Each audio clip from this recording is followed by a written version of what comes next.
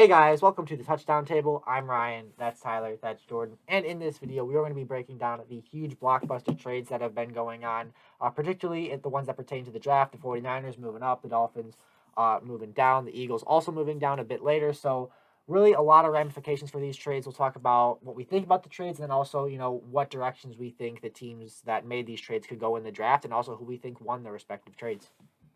Yeah, so there's a lot to break down with the trades. Hopefully, one of you have it pulled up because I don't have it pulled up right now. I do. Okay, Jordan coming in with the clutch save here. You want to read off the trade, and then we'll kind of break it down as much as possible. It took me a good 10 minutes looking at it to fully understand everything that was happening to grasp it, but I got it. So, Jordan, read it off. All right, so first trade, Miami. It's in both of them here. Miami trades the number 3 overall pick to the San Francisco 49ers for the number 12 overall pick, a 2022 first-round pick, a 2022 third-round pick, and a 2023 first-round pick. So a big haul from the switch from 3 to 12 for Miami, which I think was good for them. But they were not done. Miami now with the 12th pick and the 49ers with the 3rd. They're still going to be doing some stuff. So Miami, he's walking away, trades the number 12 overall pick, the 4th round pick, their 4th round pick, number 123 overall. That's kind of satisfying since it's 1, 2, 3. And a 2022 first round pick to Philadelphia for the number 6 overall pick and a 5th round pick. So Miami moves from 3 to 12, then back up to 6. And that is the way they finessed their way through this draft. Got a big haul from the 49ers and didn't give up too much. They gave up the 12th pick, which they had just gotten, a 4th round pick, and a 22 first round pick, which is somewhat big, but they were able to move their way back up a bit as they got a lot of picks from the 49ers. Lost 1 first round pick, but hey, Dolphins moving around, other teams trying to move up to get things done for their teams. Thoughts? Let's roll with it. I mean, there's a lot of thoughts to be had. I think we could start probably with the 49ers moving up in the draft. I feel like that's the biggest one to see because that's all they got out of the trade, right? They just moved up to 3.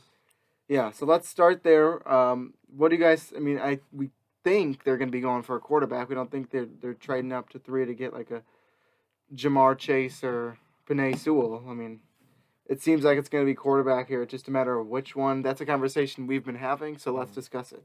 Well, I mean, if you're saying which one, this happened right after Zach Wilson's pro day, literally like very much right after it happened. So I don't think it'd be that much of gut reaction if you're going after Zach Wilson just watching the pro day and like, yep, we want him. First of all, don't have that gut reaction right away. But second of all, even if you trade out to pick number 3, there's still not a good chance you'll get Zach Wilson because the Jets at number 2 will probably take him if the Jaguars haven't taken him at number 1 already, which is not something that's predicted a lot, but it is possible to happen. So it doesn't seem like Zach Wilson's going to fall to 3, and Trevor Lawrence certainly is not going to fall to 3. So the guy left there, a lot of people have said has been a great fit for the 49ers, is Trey Lance. He's the number 1 guy that people are saying the 49ers are going to go after with this pick. So if they were trading up for Zach Wilson, then I think this is a ridiculous move and something that shouldn't be done. But if they're trading up for a guy they know they can get most likely at the number 3 overall pick, in Trey Lance or one of the other quarterbacks they could possibly like, then it would just make sense.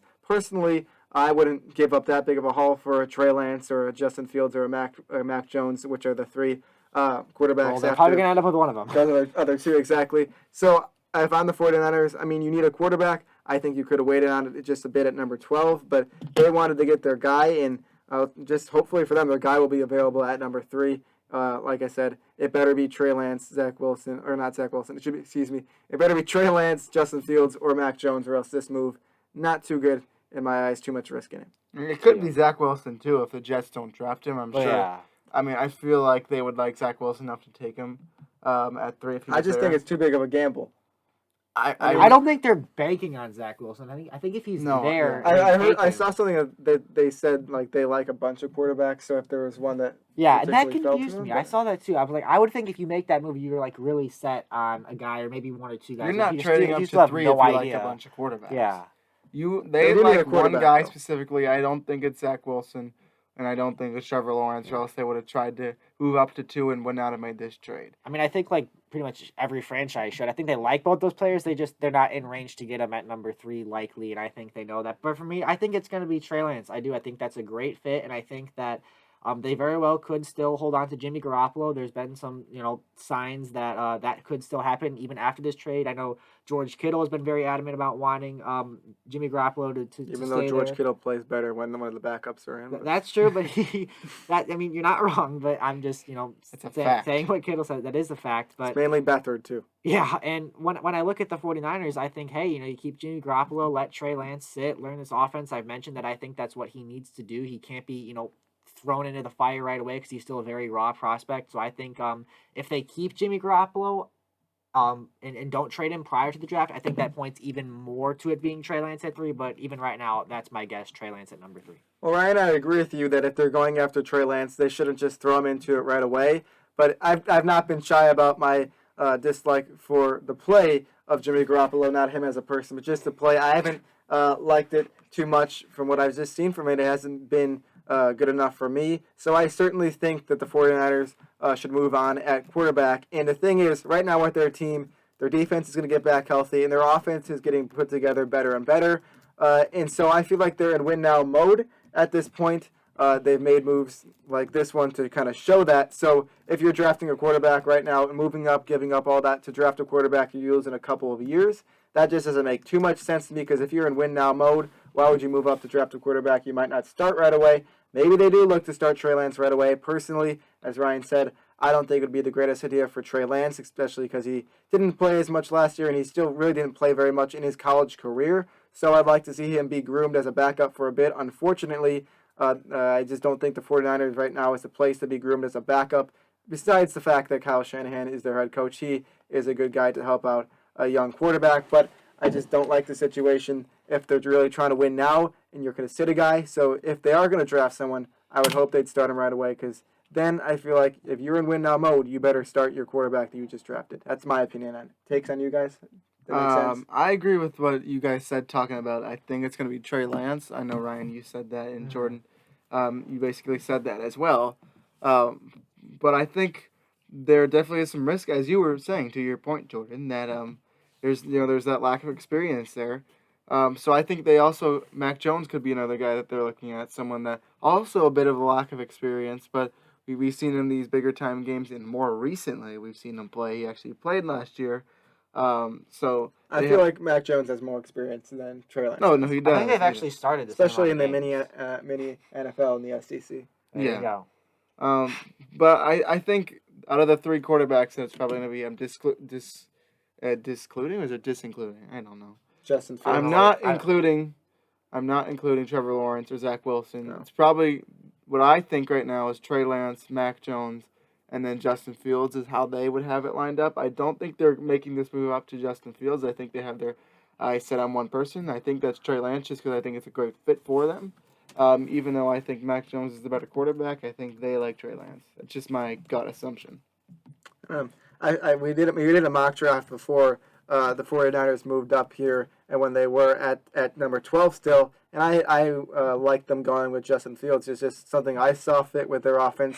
I explained it in that video that we made, a mock draft that the 3 of us put together, and so that was just something I saw. I feel like really they could slot any quarterback into that offense with Kyle Shanahan's creativity, because what he's done with his personnel in the past few years has really been something fun to watch. So whatever quarterback gets in there, I think could have some success with Kyle Shanahan's great mind. But we'll have to see, and I guess we'll see draft day who's the best fit, and then watch. They'll probably draft somebody else besides the quarterback. But if they do that, then I think 49ers fans will be inflamed, and so would every other person watching the draft, because I feel like everyone is expecting quarterback at number 3 for John Lynch's 49ers. Yeah, I think so too. There's more parts of this to break down. That's true. Let's go to the Eagles next, just because the Dolphins are the most complicated one talking about it. We'll get to them last. But the Eagles now have the 12th overall pick, and I think I saw a report saying, they were trying to get Jamar Chase, but they know that he's probably not going to be there, and the Bengals are looking to take him because Joe Burrow and Jamar Chase would be pretty fun to see. I mean, let's not lie here. So I think they're aware of that, and they said, we'll just move back, and we'll take a Jalen Waddle or whoever else is there, Devontae Smith, one of those guys, that they can take a wide receiver. That's what it seems like to me. That's what the report said. It's definitely a believable one to me. That's my thoughts on it. Yeah, I mean, I agree. I think that for the Eagles, they know that they're probably going into a rebuild. So I think to move back, and you're still probably going to be able to get a really good player at the skill position, whether it's one of those receivers you mentioned, or maybe if Kyle Pitts takes an unexpected slide, who knows? I mean, I think it's good for the Eagles based on the situation that organization is in right now and the rebuild that is likely ahead of them. And the way it's shaping up, if that, you know, first round pick from the Carson Wentz trade becomes a first round pick, meaning Wentz plays 75% of the snaps this coming season, or that he plays 70% of the snaps and the Colts make the playoffs. I mean, both of the things necessary will probably happen anyway. But the point I'm trying to make is that there is a very good chance that the Eagles could have 3 first round picks in the 2022 draft. So the Eagles, building for the future, and I think that's what they need to do because I think they have a lot of holes on that roster, and some teams in that division are really improving and really looking good, but the Eagles, I think, are a few years away. Yeah, and with the Eagles now moving back from 6 to 12, I feel like at 6 they probably would have gone after someone like Kyle Pitts. Or they really had a bunch of options in our mock draft. We broke down, well, not in the. There was a video that was deleted that we had to actually go back and review. So in our longer one that you'll never see because it's not in existence anymore, we kind of broke it down more and had to stop for a second on the Eagles because there is a plethora of ways that the Eagles can go with this pick. So now moving back to 12, it's really just best player available for them. They have a few gaping holes they could fill. It could be tight end with Pitts. It could be wide receiver. Maybe it could be defense as well. Best player available on their big board is probably going to be what they will do at the number 12 overall pick, unless there's really someone that they like that they were expecting to slip a bit and were willing to gamble on at 12. That could be the case too, but I expect them to go best player available for them, whether that's defense, tight end, wide receiver. I don't know, but I almost said Titans. The Eagles could, it's not even close. The Eagles could use a few different positions, and so I feel like this is a smart move for them. I know, smart move in Eagles, not something you hear very much, but a smart move for them to move back here. Okay, now to the Dolphins. So they're part of both of these trades, which is why it gets kind of confusing. So they took the pick from the 49ers, that number 12 overall pick from the Niners, and then gave it to the Eagles. And now they have the number 6 overall pick from the Eagles. So with that pick, I'm not sure where they go, honestly. But I mean, they kind of did finesse in this trade because they were part of it twice. They got a couple extra picks that they could use, and they didn't really move back at all in this draft. I mean, they did a little bit, right? Yeah. Were they at 4 before? I can't even remember. Who? The Dolphins? Miami? They They were were at at 3. They're 3, that's right. Yeah, 49ers are there now. So they moved back 3 spots. I'm sure that probably meant they weren't going to be taking Jamar Chase. They probably have their eyes set on someone else. And we're completely fine with moving back to 6. They feel confident they can get it. As to who that would be, I'm not sure. Yeah, I wonder who that will be. Because I think Could there's be no a wide receiver again. I don't know. there's no coincidence that this trade happened. I mean, obviously after free agency, but after they got Will Fuller as well. Yeah. So they feel we don't need this receiver anymore. Let's go back and maybe try and get one of those. They still could go with receiver though. I mean, Yeah, it's a deep class, and I mean, likely.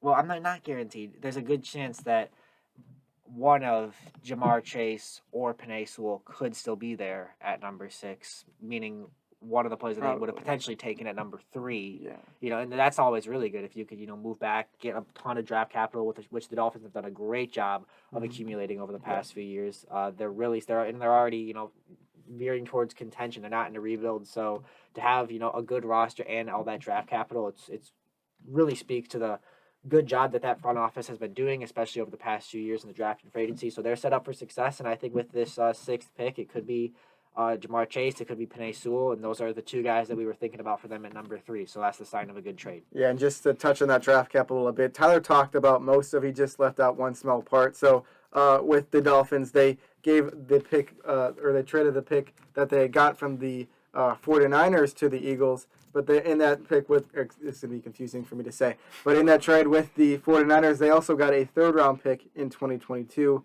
and they had to give away a 4th-round pick this year. So giving away a 4th round and getting a 3rd round, I'd say that's not bad either after you just took someone's first round pick and then traded that. So good maneuvering from the Dolphins organization. I like what they do. They do really good stuff with free agency and all these trades. I really like what the office of the Dolphins has been doing recently. I think they're one of the better managed organizations in the NFL right now. I can't even think of the GM name for the Dolphins. I would look it up. Is it Chris Greer? I think That it is. sounds familiar. I mean, I know their coach, obviously. But It is Chris Greer. It is Chris Greer. I'm sorry to Chris Greer, but you're doing a great job, was what I wanted to say. I would have looked it up myself, but the internet here is not working. Fortunately, though, I can't play that dinosaur game. Here. Wait, oh, no. I just loaded now. Anyways, yeah, so that's the trade. I think we kind of we talked about everything that was part of it, and then we talked about how that has implications on this year's draft. If there's anything else you guys want to add to it, I don't think there's anything to add on to it. But if you'd like to, speak now or forever hold your peace. At 6, I wouldn't rule out an edge rusher for the Dolphins. Either they could use one. That'd be a kind of a dark horse pick, but yeah. I wouldn't necessarily be opposed to it. Or like a Micah Parsons, too. Who knows? Yeah. I mean, he's kind of an edge rusher. He's everything. Well, yeah. I don't know. I haven't watched him yet, but I'll be able to answer that soon. That's coming in soon. He's for a me hybrid. Well. But yeah, that's it. That's the big trade, breed. the 3-team trade. We haven't seen this in a bit, at least that I can remember. So huge implications on this year's draft from that trade. We just talked about it. I'm sure we'll continue to talk about it all the way up until draft night until we see what the teams decide to do with these picks. Thank you guys for watching this video. Make sure to like this video, subscribe to our channel, hit the notification bell, go down in the comments, and let us know what you think each of these teams are going to do with their newfound picks in this year's NFL draft. We'd love to have some conversation down in the comments, so go let us know down in the comments below. Do it. Also, make sure to go check out our podcast. We'll be talking about draft stuff and our Instagram. Same thing. We'll be doing a bunch of draft stuff, and you'll be sometimes we tell you when we post a video, so you can be aware of that. But you can just hit the notification bell. You won't have to worry about that. Exactly. That's all the plugging I have to do for today. So with that, we will see you guys later. See ya.